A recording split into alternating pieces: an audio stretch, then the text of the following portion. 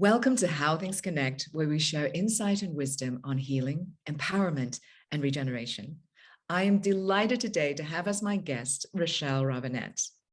Rachelle is a herbalist, educator, lifelong naturalist, and founder of Supernatural, a New York-based, globally spirited company dedicated to modern herbalism education that includes the Supernatural Cafe and Shop, a product line of herbal gummies, online classes that bring the history and global nature of herbalism into the daily lives of modern humans. Rachelle combines holistic herbalism experience with today's health science to create life-changing health for thousands of people every day.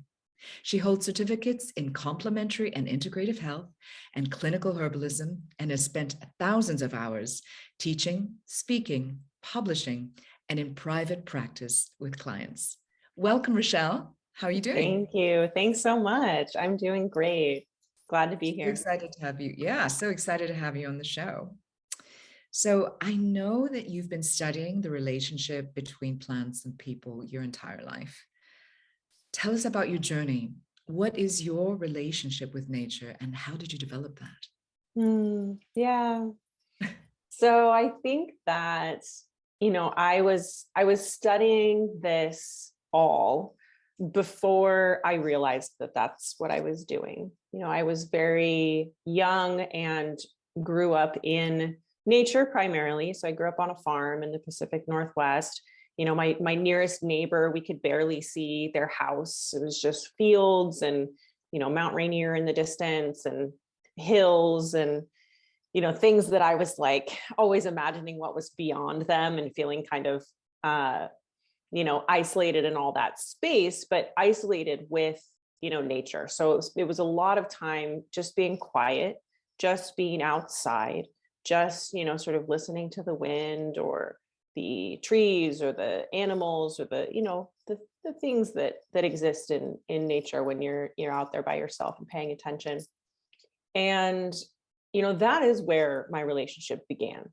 And it also began because my parents were very aware of the importance of that, of us being connected to the outside world, even if we were inside.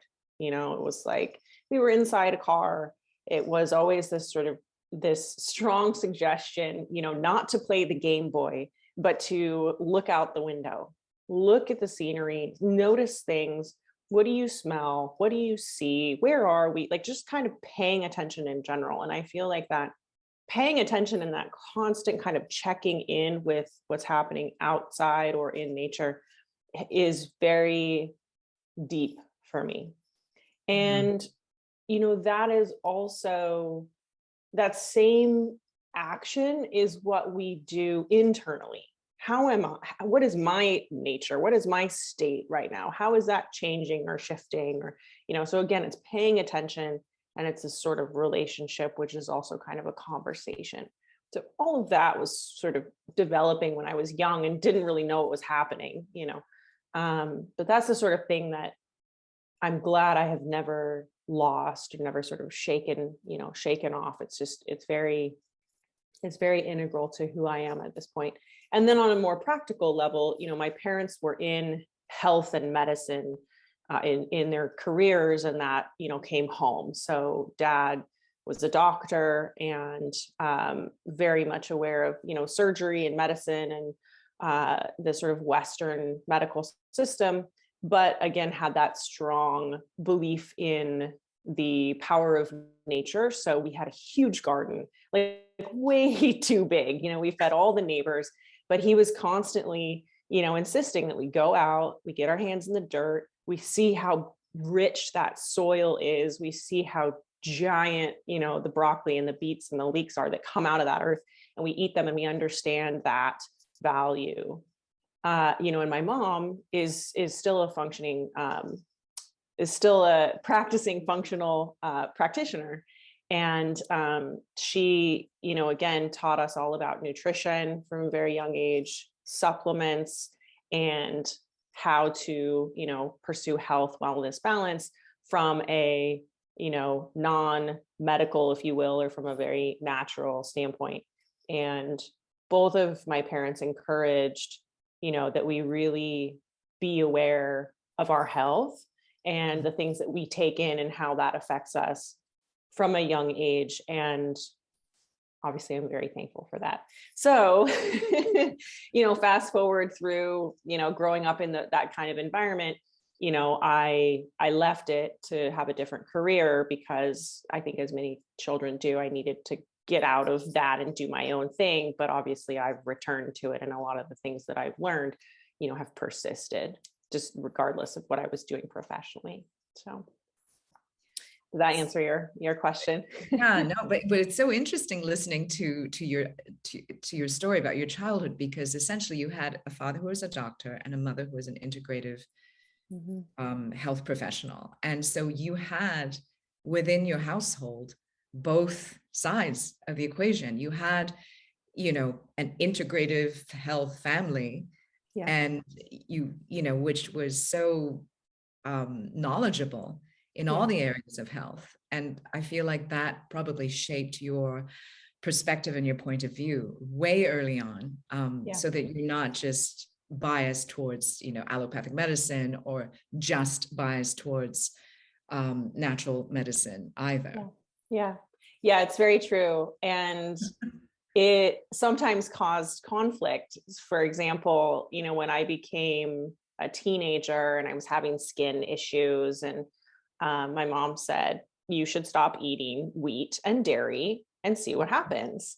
And my parents were not married. So I was at mom's house, and and she gave me an article from a really progressive newspaper that still publishes in Seattle. And it was like the evils of milk. And it was, totally accurate and disgusting. And so I go back to dad's house and I'm like, I'm not drinking that giant glass of milk with dinner that you want me to drink every night anymore, because I'm not drinking dairy. He's just like, what are you talking about? That's terrible advice. And, so yes, I did have both perspectives. And you're right. It has definitely shaped, I think, an ability to see both sides of the story at this point, and the value that both offer in different circumstances. For sure. I mean, and I quit dairy and wheat at that point, and I haven't gone back since. And it's worked out really well for you. No? Yeah, I'm glad. Given that you had such an interesting childhood, did you always have a love of travel as well? Because I know that, you talk about this now. And how did that sort of amplify and deepen your connection to the planet in a way? Yeah, actually, I'm glad that you asked that, and that you asked it as it relates to my childhood, because I actually don't get the opportunity to talk about travel a lot. So I love that I get to now. And usually it's more in the context of now and how I do it now and why I do it now. But my love of travel came directly from my father. And he was such a free spirit. So, wild in the sense that, staying put in a certain place, being attached to, this sort of the direct environment was not what he wanted. He wanted to explore the edges of the universe, as he said, find the fringes of civilization and go beyond them where there are no people, really deeply into the ocean, scuba diving, or, out in Africa, or all of these places, wild places. And he took us as kids on a lot of these trips. So he insisted that we learn how to travel from a very young age. So we went to Africa, we learned how to scuba dive, we traveled, not the whole world, but we traveled internationally at least once a year, usually a couple times a year, to different environments, different people, different languages, totally outside of any kind of comfort zone. And we were a family of 7, which is incredible. It meant so much to him that we had these experiences, that somehow he backed up this huge family. It was like, we're going to Africa for a couple of weeks. So, and I got that from him. And I was probably 17, like not even, I hadn't left home yet. And I started to travel alone. It was like, I'm going to go, like nationally, domestically somewhere. And then I went to Europe, and I started to just go, because there's so much that we learn when we travel, in nature or not in nature. Just the experience of putting yourself through the change, through the discomfort, or the need to adapt to a different environment. To me, there's nothing that compares in terms of the amount of growth that can yield, and the sort of self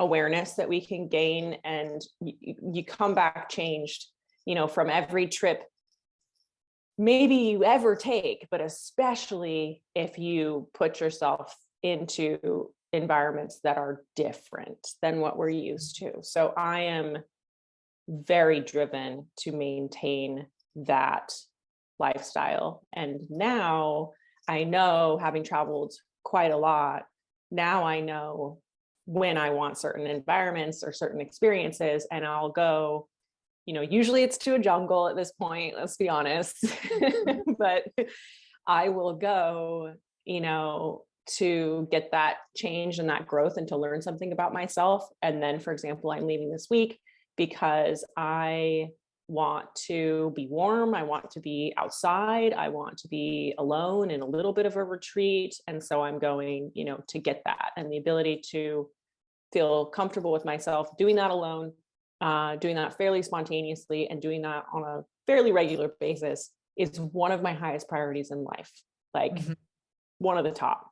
So yeah, it came from Dad. I have to say, I completely agree with you with regard to travel. It's so important to self-disrupt every now and then, in that sense, and to take yourself out of the environment that you've been used to, because we just create more neural pathways. We start to see things in different perspectives. And that, combined with, and you've said this a couple of times, which I really want to highlight, is you said paying attention, and also retreats, and we were talking about your father too, is, whether he's going for a long scuba diving trip or whatever it is, it requires solitude. Yes. And the comfort of, being with just yourself. Yes. And there's something in that interaction, I feel, in terms of what you've just expressed, that's beautiful, when you can come in and out of relationship between different environments, different people, and then be with yourself, and then go back again. Yes. I'm so glad you said solitude. That's just, it is so often missing from modern life. I mean, we've had versions of it with the pandemic, but it is still a different thing to go into solitude intentionally, to be on some sort of retreat, or to be able to then, have a relationship with yourself in that space. That is incredible. Yeah, it's incredible. The best book I read last year, and one of my favorite books of all time, was on solitude.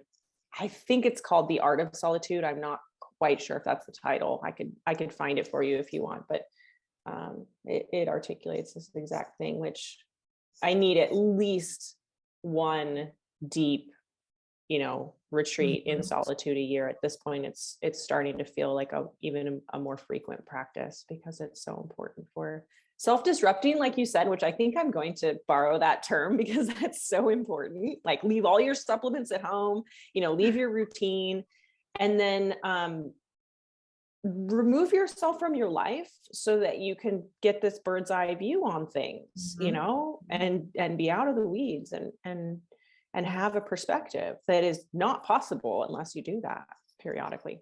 So no, totally. And I wonder how that has actually informed your practice with your clients through Supernatural, or not through Supernatural. How has that, what we just discussed, informed how you approach health and wellness?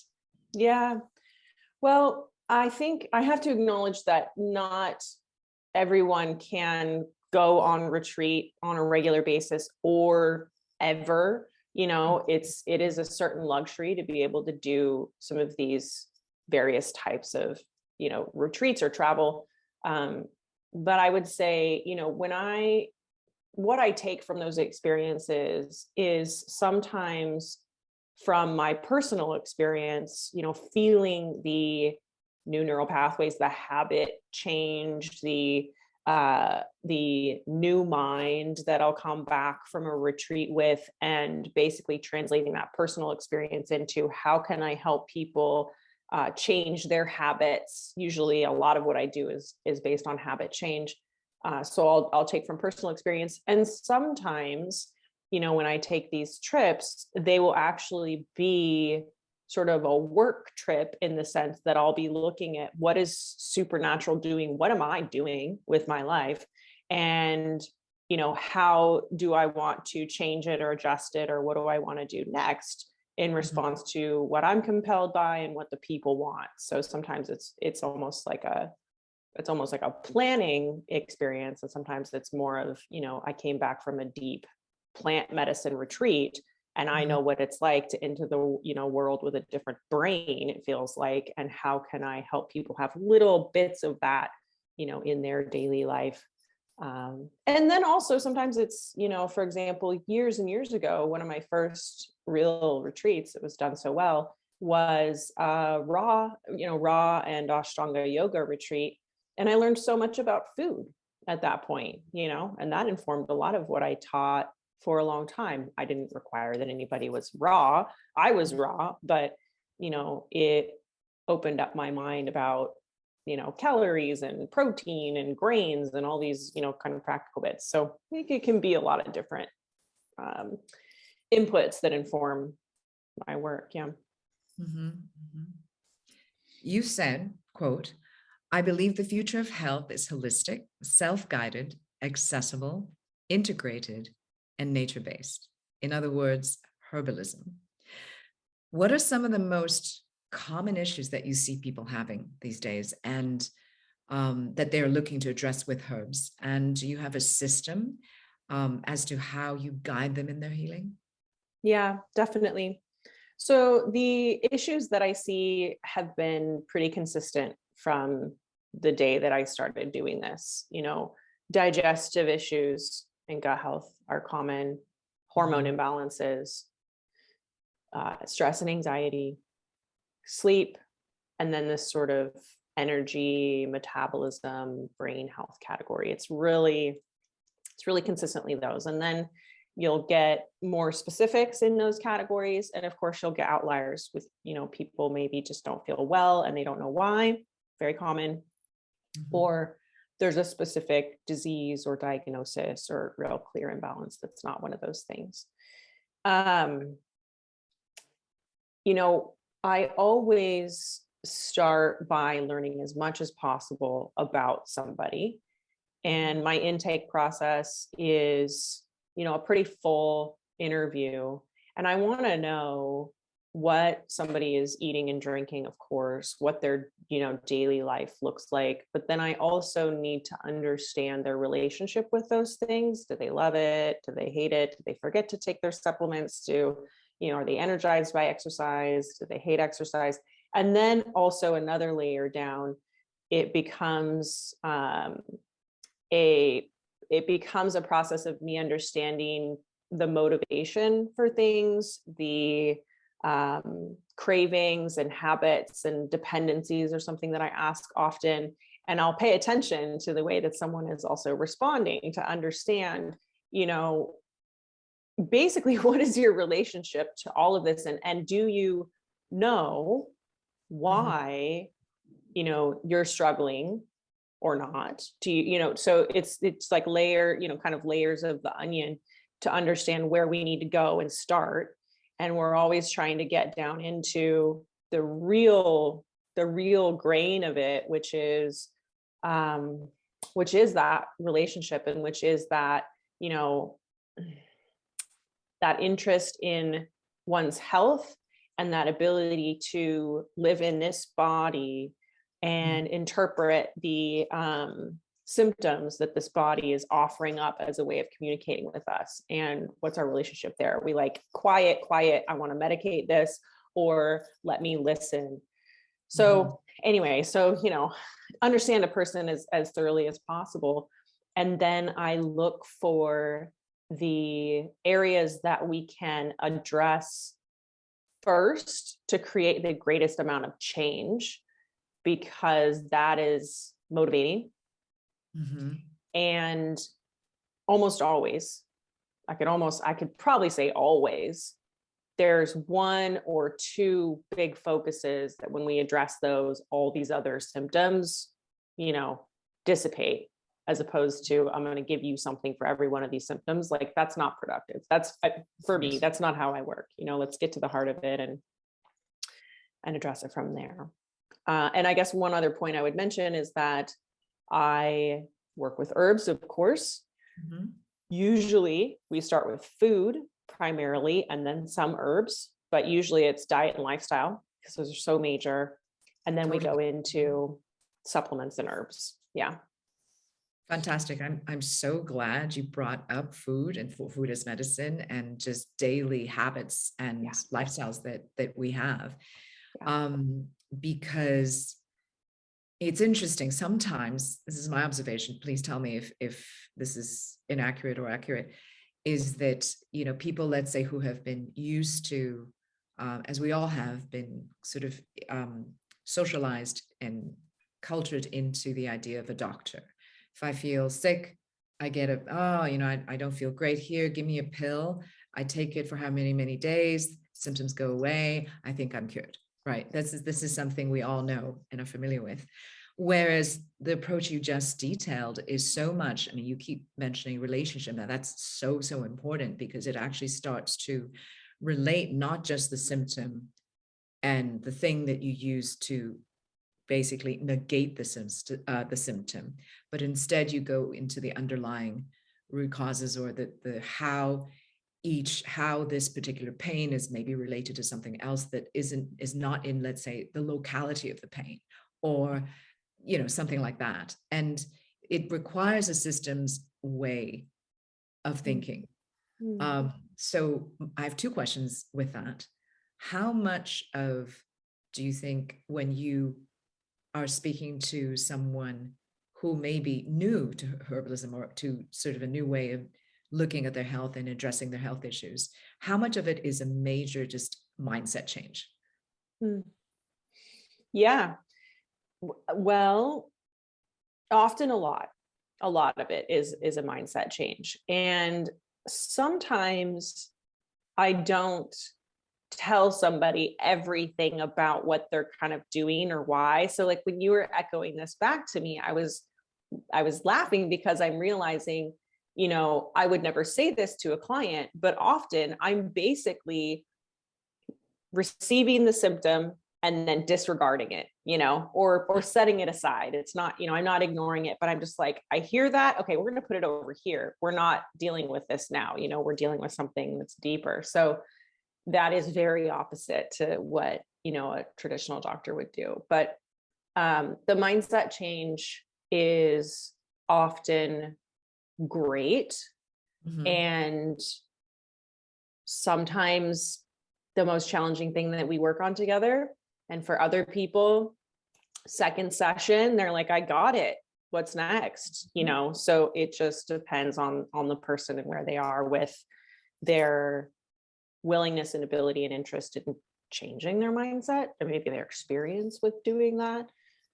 But I can work with anybody on the, spectrum, as long as they're willing to, take the tiniest step. If somebody is not willing to make any change at all, obviously that's not going to help. But, Right. I think I've met one person in all of my practice that wasn't willing to do that change. And that itself became a revelation for this person, because after several sessions without them making these changes, they realized, I think I want to improve my health, but I actually realized that I don't want to, because my sabotaging my health is actually gratifying a need for this other kind of freedom that I don't have the rest of my life right now. So they left with that realization, which was productive. No, totally. That is a profound realization, actually. And wow, interesting outcomes with herbalism and working with clients. But back to my second point was when you were talking about lifestyle changes and food. And I think we, especially these days when there's so many fancy remedies, there's so many trendy, I want to say even trendy science about genetics, all that. Not to at all disqualify or make somehow not valuable those approaches, but that there is a tendency, I think, for us as human beings to kind of go that, ooh, what's the latest, greatest? Ooh, what's that? When so much of it comes down to what are you usually doing for your most of the day, and what are your habits consisting of, and what is it that we all do as human beings, unless you're an ascended master, is eat, right? Yeah. And therefore, what kinds of foods are we using as nutrients, and what are we consuming?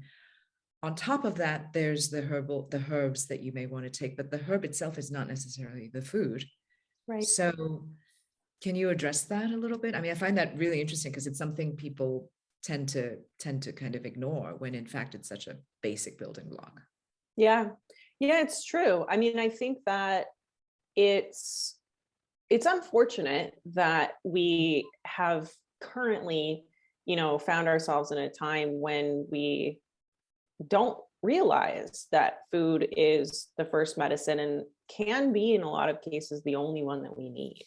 If we really are able to do it right, then the rest of it can be sort of icing on the cake, or there to support us when we are ill, or really imbalanced. And I think that,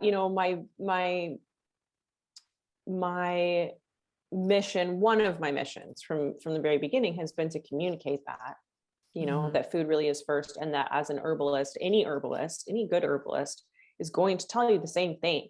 They will not treat you just with herbs if your diet is not right.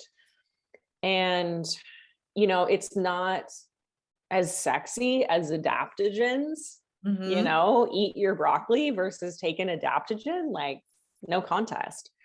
But really there is a contest, because the herbs can't do what they need to do, or they can't do, what food does. So I think it's a whole bunch of,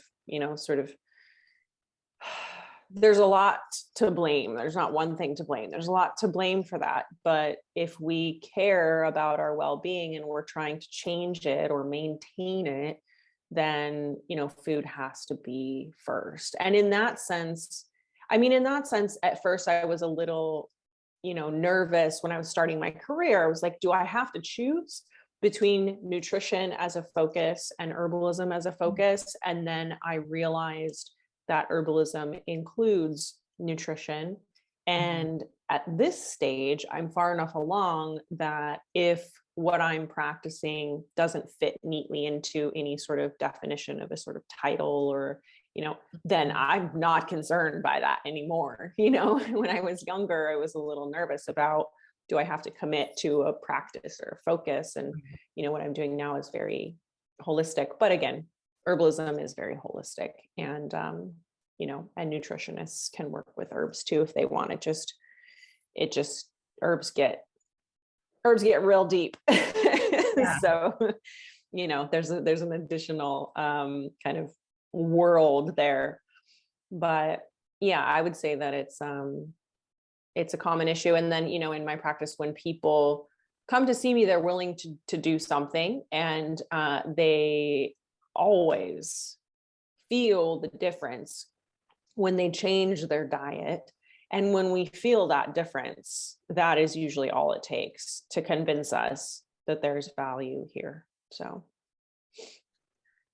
No, totally. Can you share some examples, obviously no names, but share examples of how you've actually helped people, how they've been able to experience that change to help them achieve health goals? Sure. I would say that one of the most common, maybe the most common change that I coach people through is also initially the least popular. Nobody wants to do this, and I have to educate quite a bit around it, but almost everybody that I see will do it, and everyone who's done it feels better. And that is that at least for a period of time, I will recommend that someone replace is actually my preference. I'm not removing anything. We're always replacing grains and legumes. So often we'll start with flour, just the form of flour, anything that's flour. And I don't just mean gluten, any flour, coconut, oat, almond, whatever. And we'll start at that level. And what that's doing is removing a layer of something that converts very quickly to sugar in the body, something that often upsets digestion, something that is never the best thing that we could be eating. May not be the worst thing by any means, but it's never the best option, right? There's always something that could be a little bit better in that situation. And we're kind of testing somebody's ability to make a change like that. And for some people, they might be having flour at every single meal, pasta and toast and, cookies and cereal and, oh, but it's gluten-free or, and imagine if you're having it every day or multiple times a day, replacing that with, yam toast and, spiralized veggies as the noodles or something like that, just different produce usually in place of flour. Digestion changes, energy fluctuations, blood sugar fluctuations, so many things are going to change really quickly. So we test the total replacement of this category of foods or this kind of, format that foods come in. And inevitably, the changes are great and people are really excited about them. And the other kind of surprise reward that comes out of this change is that in doing so, there have been all of these new options made available for somebody to eat instead of a flour-based thing or, a grain-based thing if we're doing that. And that's also part of my goal is to, a lot of the people that, I meet are feeling bored or feeling restricted by a healthy diet. Like, I don't want to eat salad every day, so this opens up the world of possibilities of different things that we can eat. And so after we run this test, some people, maybe half or even 3/4 of the people that I see want to keep it going. They're like, I'm not going back. Why would I go back? Like, that's my personal practice too. I don't have these things. And there's no reason to return to the old way of doing things. And then some people want to have some of that back and also to still feel good. So then we just sort of work through, okay, great. That was, our extreme sort of elimination period. We learned a lot of things. We started a healing process. Now let's reintroduce some of these things slowly so that you can set up a lifestyle that you want to maintain long-term without backsliding into a situation that makes you feel ill, which is why you came in the first place. So that's one example, kind of taking of demonstrating the power of a single sort of food choice that we might make unknowingly, that it's negatively affecting our health. So. No, that's great. And then when do you do you always start off with that as a basis and then you sort of then tactically use herbs in conjunction with the food changes? Yeah. So depending on how much we need to do with food and depending on how severe some of the symptoms are, this is where it gets very individual. But I would say a typical first session, someone would leave with nutrition tips, some supplement recommendations, some more like vitamins and supplements, and at least one, maybe just one, but at least one herbal recommendation, and maybe also a lifestyle adjustment, getting more rest, getting more movement, that kind of thing. I keep it really focused as we move along, because one change at a time is far more productive, if it's going to last, than all at once, and then we drop them off again. Mhm. So rarely do I meet somebody where we don't need to do any nutrition changes, but sometimes that happens, and then we'll just go all into herbs and supplements. And so as we move along, the nutrition starts to fall away, because those changes have been made and they're persisting, right, depending Mhm. on how long that journey is.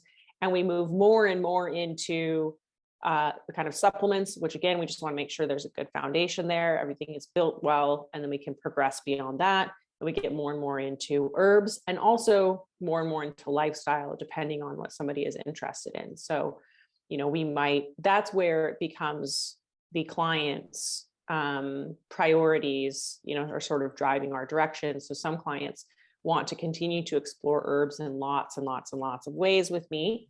And others are interested in exploring, kind of reshaping their lifestyle in more and more ways. And at some point, the sessions become far apart and much more of a sort of check-in.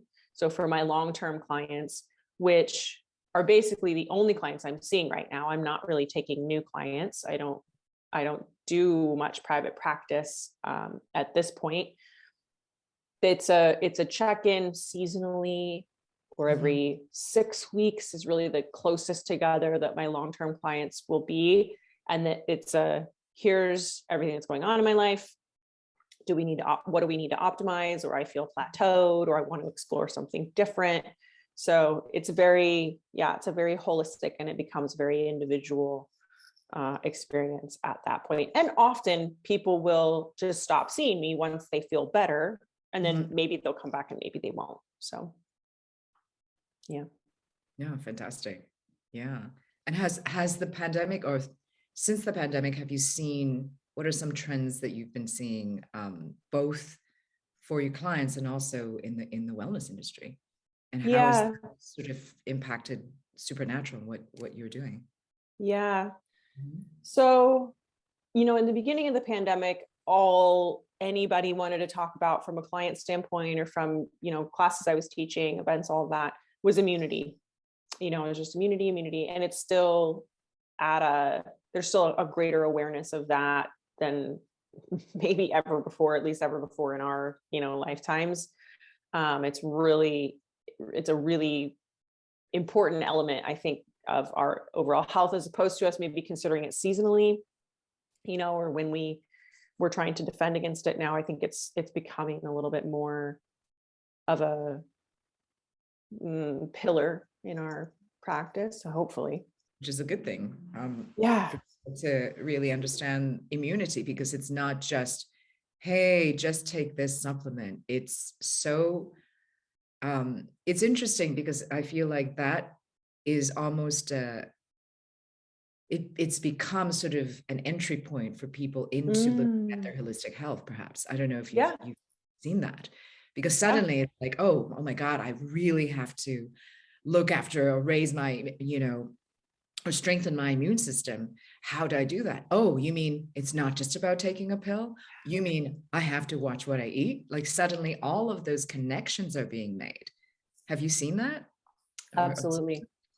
Absolutely. Yeah. And I think you're definitely right that a lot of people have entered into the world of herbalism and natural health in the last couple of years because of immunity. Yeah. Mhm. Oh, functional mushrooms. What is that? And I think, the cannabis and CBD was a one that preceded this immunity focus, that was an entry point for a lot of people into the plant-based wellness space too. But yeah, immunity, and then I think, no surprises, just this new level of stress that we're all experiencing, that's been very, very high. And then the sedentary nature of the lifestyle at this point. But I would say that the stress for my clients and kind of my community, I think it was the immunity, the stress levels, and then maybe, this would be hopeful, maybe a changing relationship with food because there was so much more cooking at home or being at home when we're eating, Totally. I hope that that is something that comes out of the pandemic, that there's a little bit more of us making our own food and Yeah. so that was a big thing. And then I would say from a business standpoint, all my operations went online. I was very online. Well, the cafe was open. We closed, when everybody else closed, and then we reopened. I think it was about 7 months later. So we reopened around whenever it was safe to do so, in the fall again. And also the production of my herbal gummies paused because we couldn't, humans couldn't go in to produce them, right? So everything kind of paused for, part of the year, and I just was fully online. And then since the pandemic has, done what it's done, we've all my private practice will probably never be in person again, for as long as I continue these, small bits that I do. I'll probably never do it in person again. And I can't really imagine going back to in-person events, but I'm sure that will happen eventually. But, it's been so many events just online, teaching online. Our cafe is still open and our production for our products is back open again. But I think mostly from a business standpoint, which is good because I really wanted to and still want to be more and more online because that's where I can reach more people. It just expedited that process, which anybody, in a similar situation would say the same. It just, it pushed us and it pushed our community online faster. And that's great. It's been great. So fantastic. Supernatural, you mentioned their main mission is all about education. So a lot of what you just described in terms of your approach, you have, it seems like you've taken that foundational approach and put it into one of your offerings, which is a 4-week herbal health course.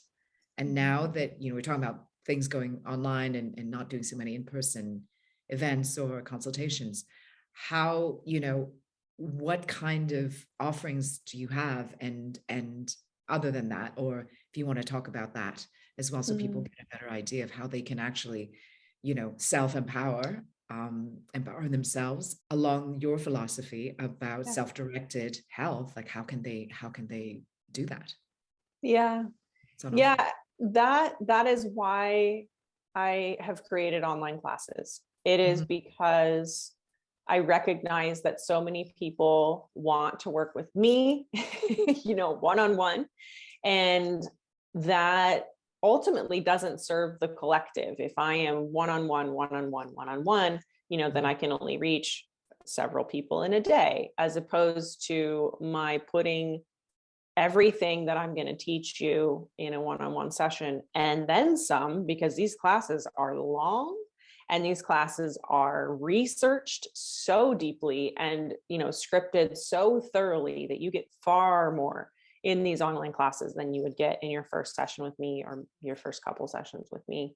And they're focused. So you can do the 4-week course, or you can do the hormone balance course and the gut health course, and they all intertwine, but don't overlap. So as you start to take these courses, you are getting that holistic, health approach that I teach. And the reason that I made them is literally so that you can have the next best thing, to one-on-one coaching. And maybe it's better because you can go back and revisit this anytime that you want. You have the ability to kind of self-select which you want to focus on. And I do know that a lot of people who take the 4-week course will revisit it annually or twice a year. And they'll do the 4-week course again as like, I want to cleanse, I want to refresh, I want to, just adjust things again. So that's great. And then, the other reason why I have these is that I am, I'm committed to teaching people how to, as you said, sort of self-empower how to be able to take this information and they go live your life, go navigate the health and wellness space and the herbal space to some degree without my help. I want people to feel confident and empowered and capable and like they understand themselves and their, the environment that we're living in such a way that they don't need me every week or every 6 weeks or whatever it is, to take care of themselves. So these are meant to be, those platforms on which you can stand as you kind of go out into the world. So I have many online classes at this point. All of them are created based on the demand from the community. So most highly requested class gets made and we just go down the line, and I'll continue. What are those? Can you tell us exactly? Yeah. So the new ones, which were most highly requested in the last year or so, have been hair, skin, and nails. So skincare is a huge thing. I think people want to know about my skin all the time, and they don't want to hear me say it's about the food that I eat, even though it's about the food that I eat. So there's that class. And you have beautiful skin. So thank you.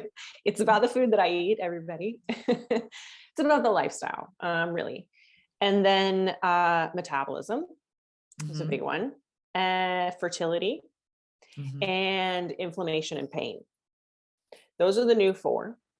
The previous 3, which are even more, kind of classic, are hormone balance, all types of hormones. So sex, stress, and sleep hormones, brain health, energy, nootropic kind of space, and thyroid. There's a holistic thyroid protocol. And then the original first is the 4-week course. And then I also have some smaller ones that have come out that are gut health, herbs for stress and anxiety relief, Herbalism 101. I think that's all of them at this point.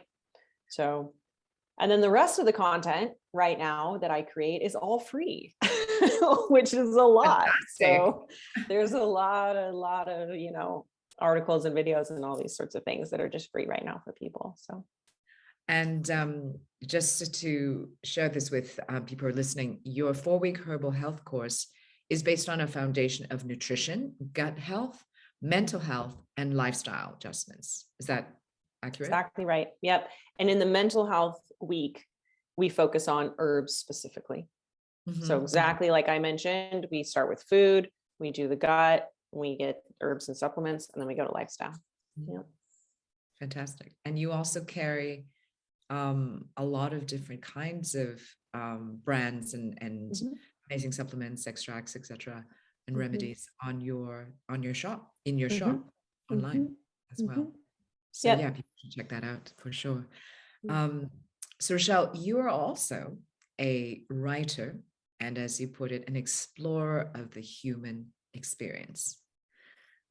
So your book, Bigger Than the World and the Universe, is about the journey of alchemizing grief into art over the course of a year while experiencing the loss of your father in 2020.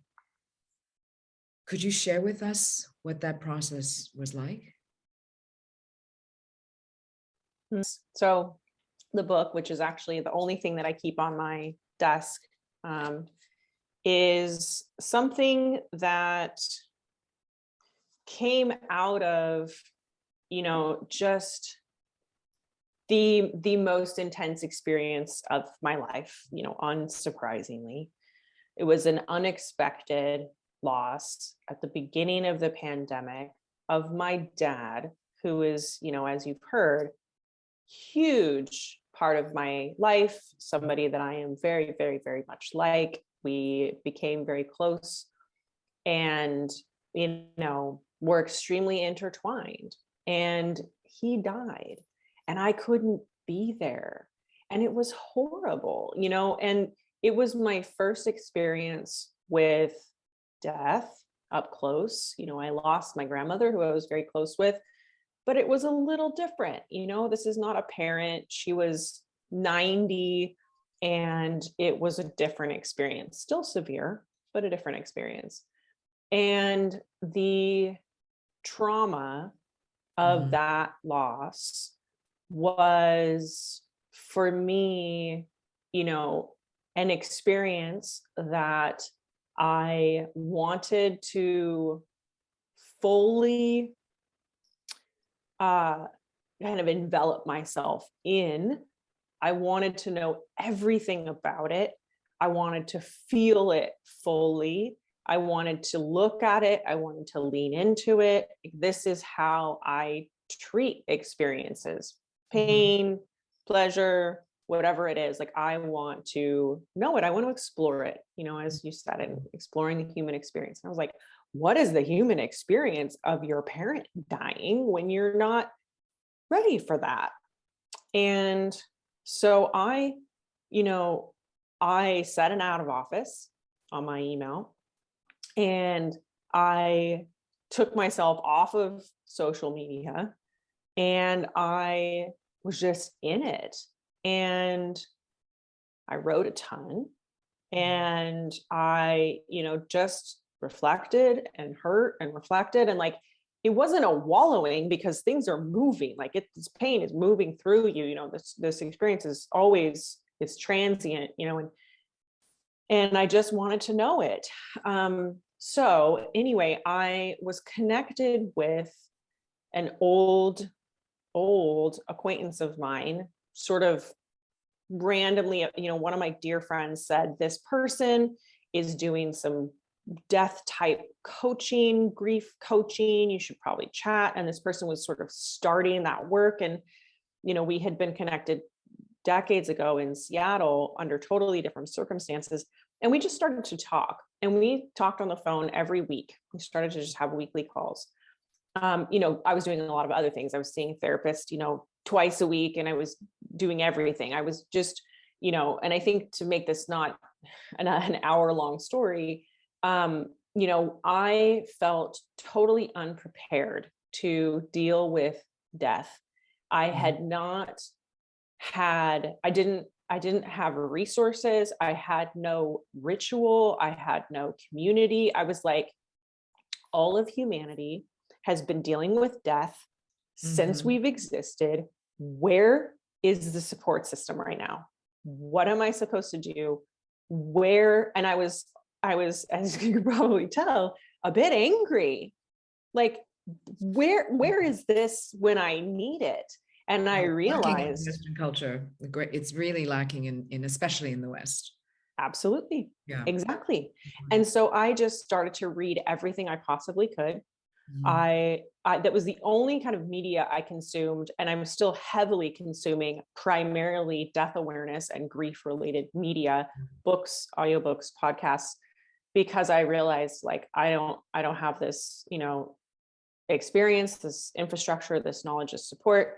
And I also kind of want to understand, why is it so lacking? And so some of the most helpful books I read were actually anthropological studies of how death is handled in other cultures around the world. I was like, oh, great.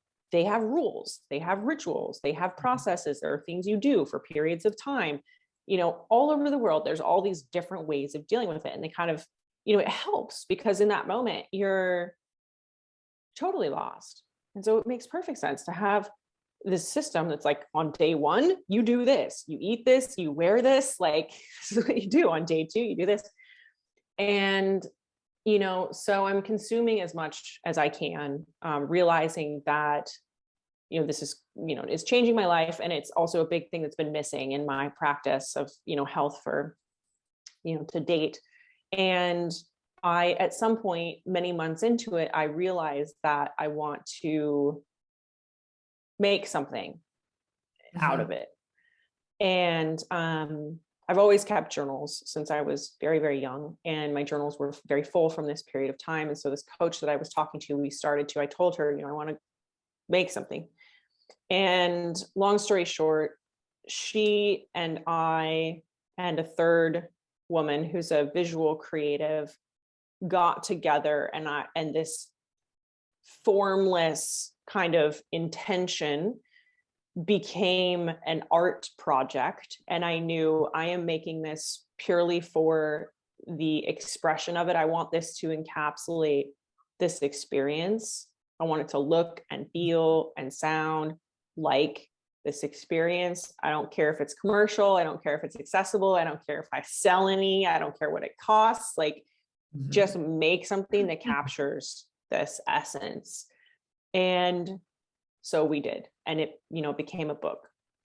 And this may still happen, but if we were not in a pandemic, it might have been a gallery experience where you go in and you see and you touch and you hear, because the book itself is very kind of multimedia.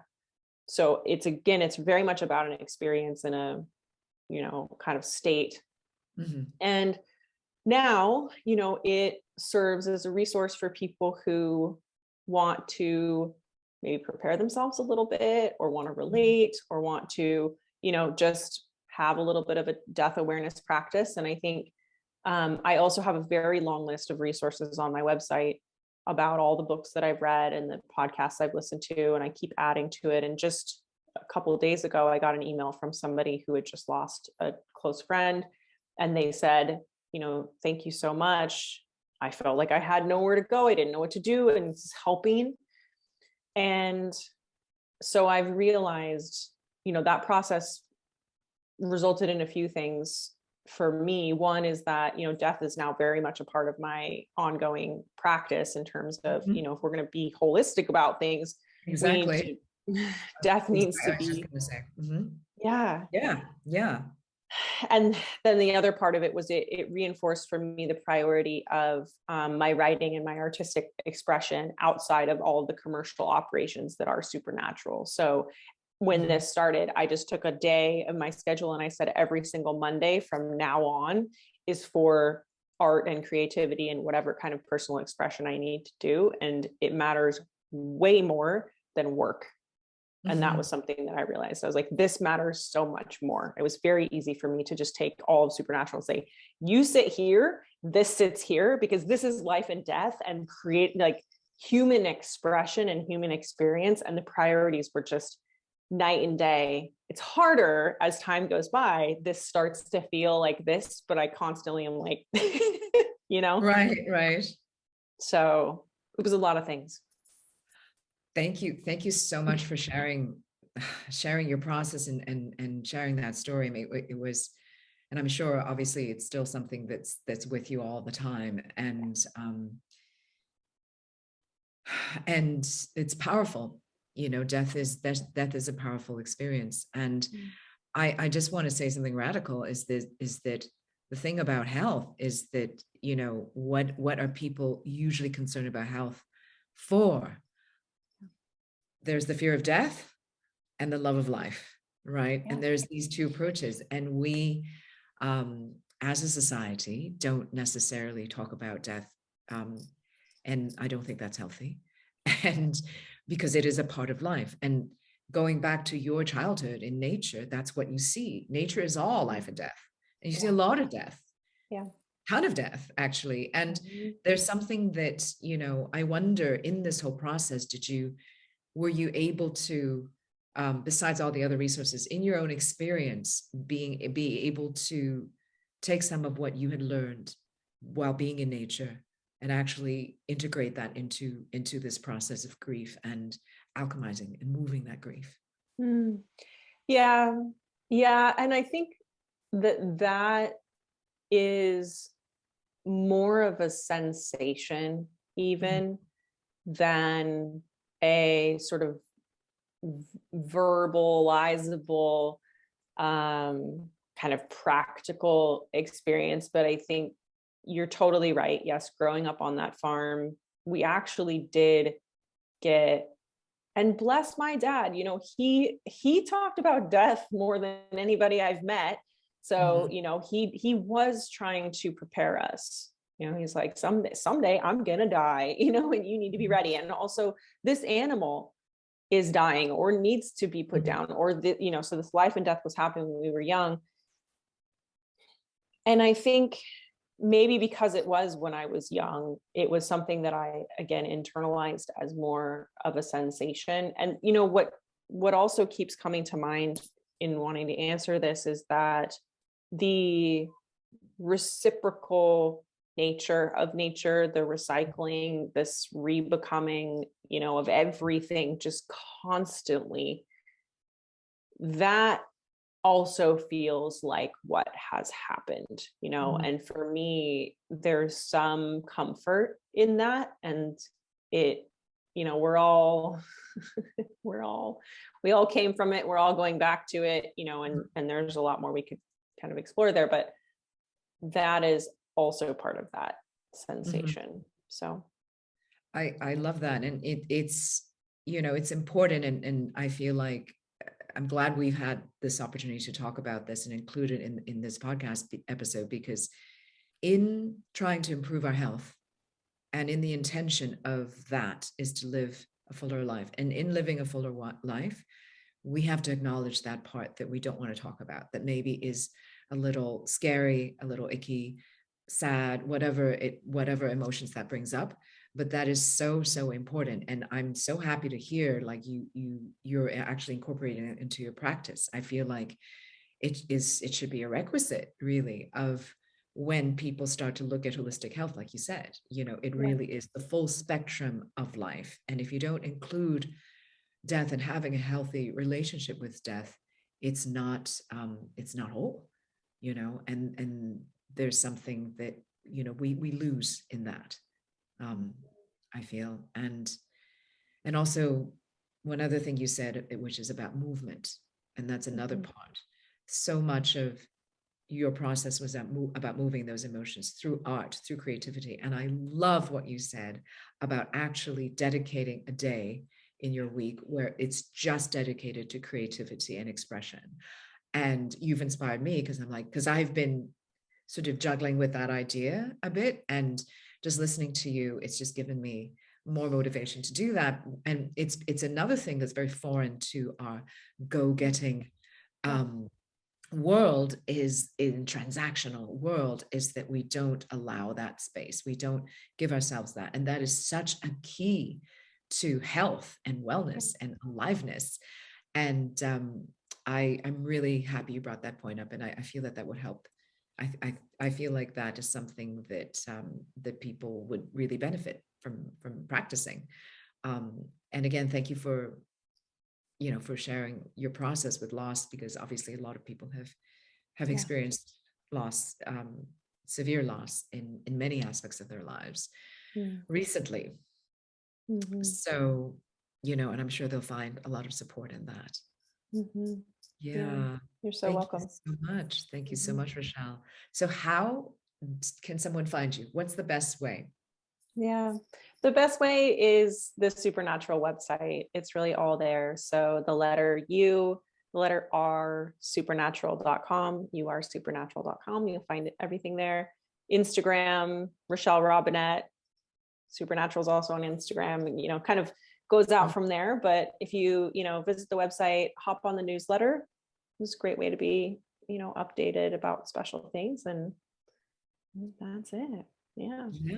And oh my God, thank you so much for being on the show. And I have to say that it's been a long time since we've chatted, and it's so wonderful to hear everything that you're doing right now, and sharing your personal experiences this way, which we had not had the opportunity to do before. So thank you so much. You're welcome. Thank you for having me.